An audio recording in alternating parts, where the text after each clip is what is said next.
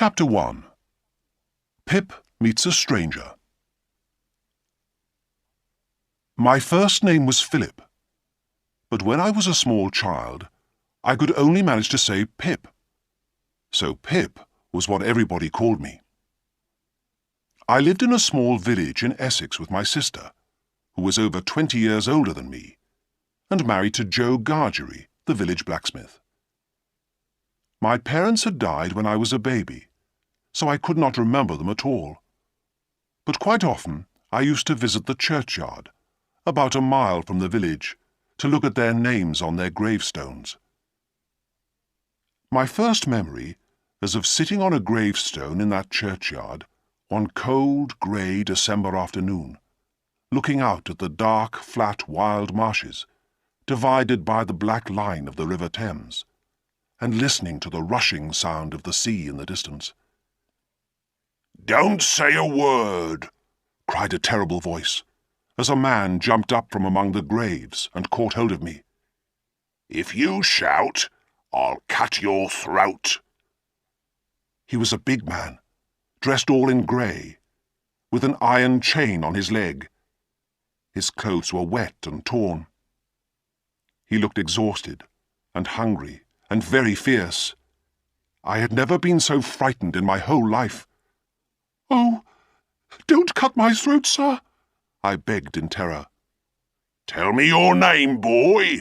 Quick," he said, still holding me, "and show me where you live." "My name's Pip, sir, and I live in the village over there." He picked me up and turned me upside down. Nothing fell out of my pocket except a piece of old bread. He ate it in 2 bites like a dog and put me back on the gravestone. "So where are your father and mother?" he asked.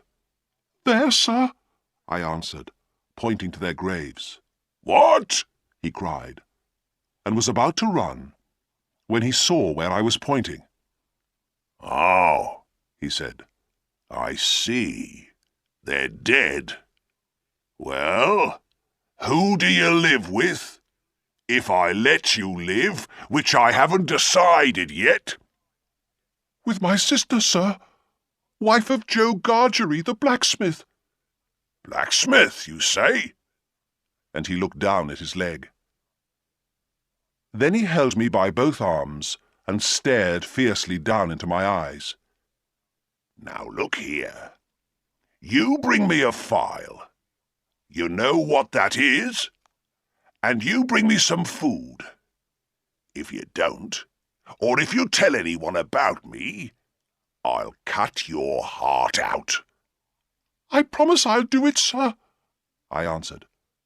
I was badly frightened, and my whole body was trembling.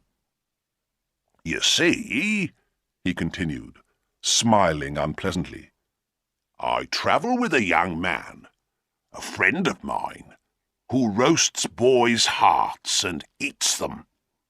He'll find you, wherever you are, and he'll have your heart.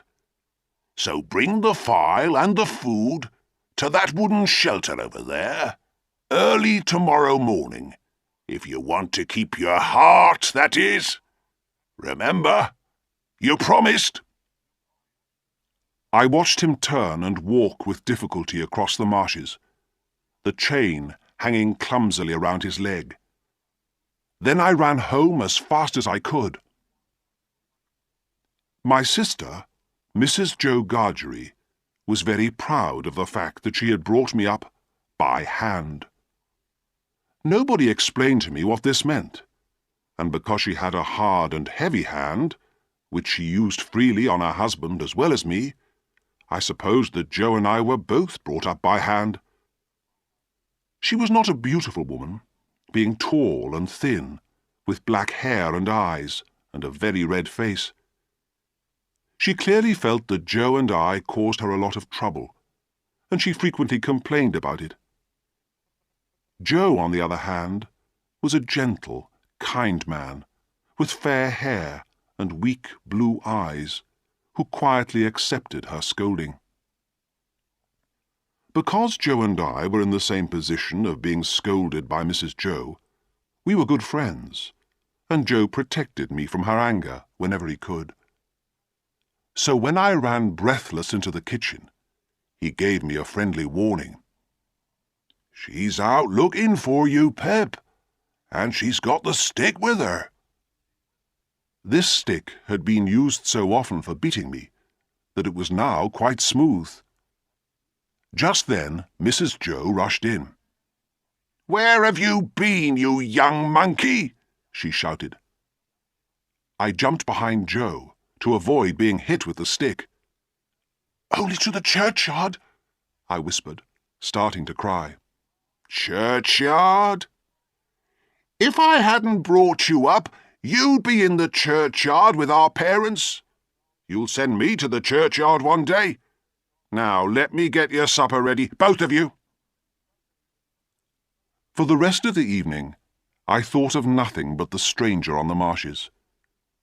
Sometimes, as the wind blew round the house, I imagined I heard his voice outside, and I thought with horror of the young man who ate boys' hearts.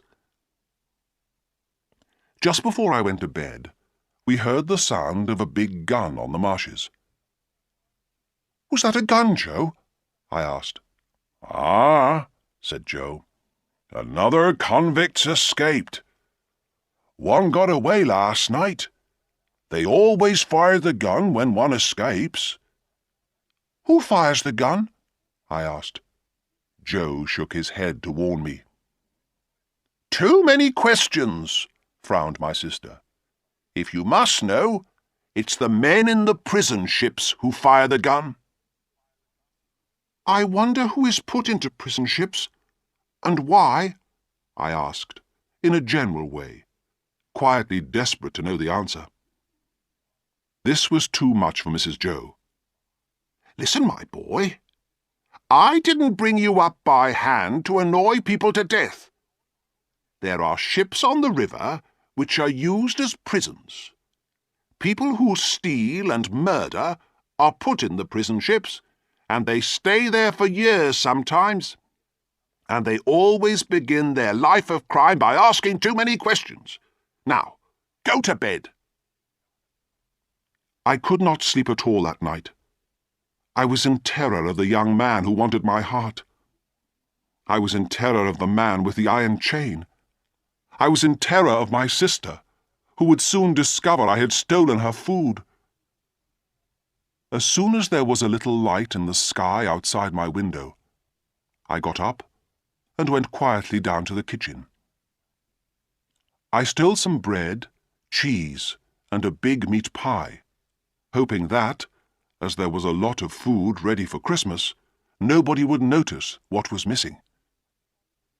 I did not dare take the whole brandy bottle, so I poured some into a smaller bottle to take away with me.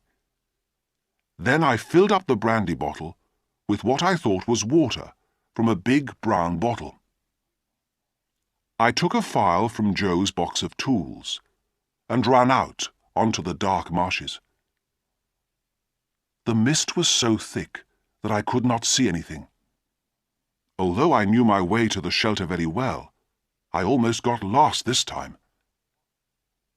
I was near it when I saw a man sitting on the ground, half asleep. I went up and touched his shoulder. He jumped up, and it was the wrong man. He was dressed in grey too, and had an iron chain on his leg. He ran away into the mist. "It's the young man," I thought, feeling a pain in my heart. When I arrived at the shelter, I found the right man. He looked so cold and hungry that I felt sorry for him. Trembling violently, he swallowed the brandy and ate the food like a hunted animal, looking around him all the time for danger. "You're sure you didn't tell anyone? Or bring anyone?" "No, sir. I'm glad you're enjoying the food, sir." "Thank you, my boy. You've been good to a poor man." "But I'm afraid there won't be any left for him." "Him? Who's that?"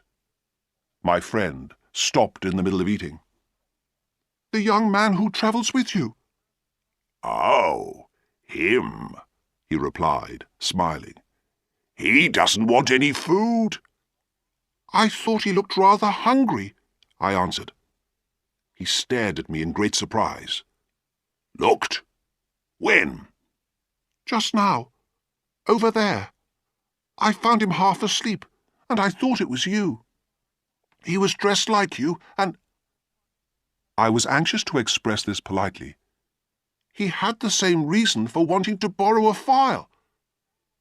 "Then I did hear them fire the gun last night. You know, boy, when you're on the marsh alone at night, you imagine all kinds of things.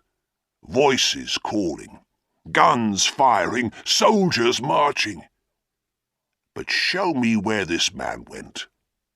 I'll find him, and I'll finish with him. I'll smash his face. Give me the file first." I was afraid of him, now that he was angry again. "I'm sorry.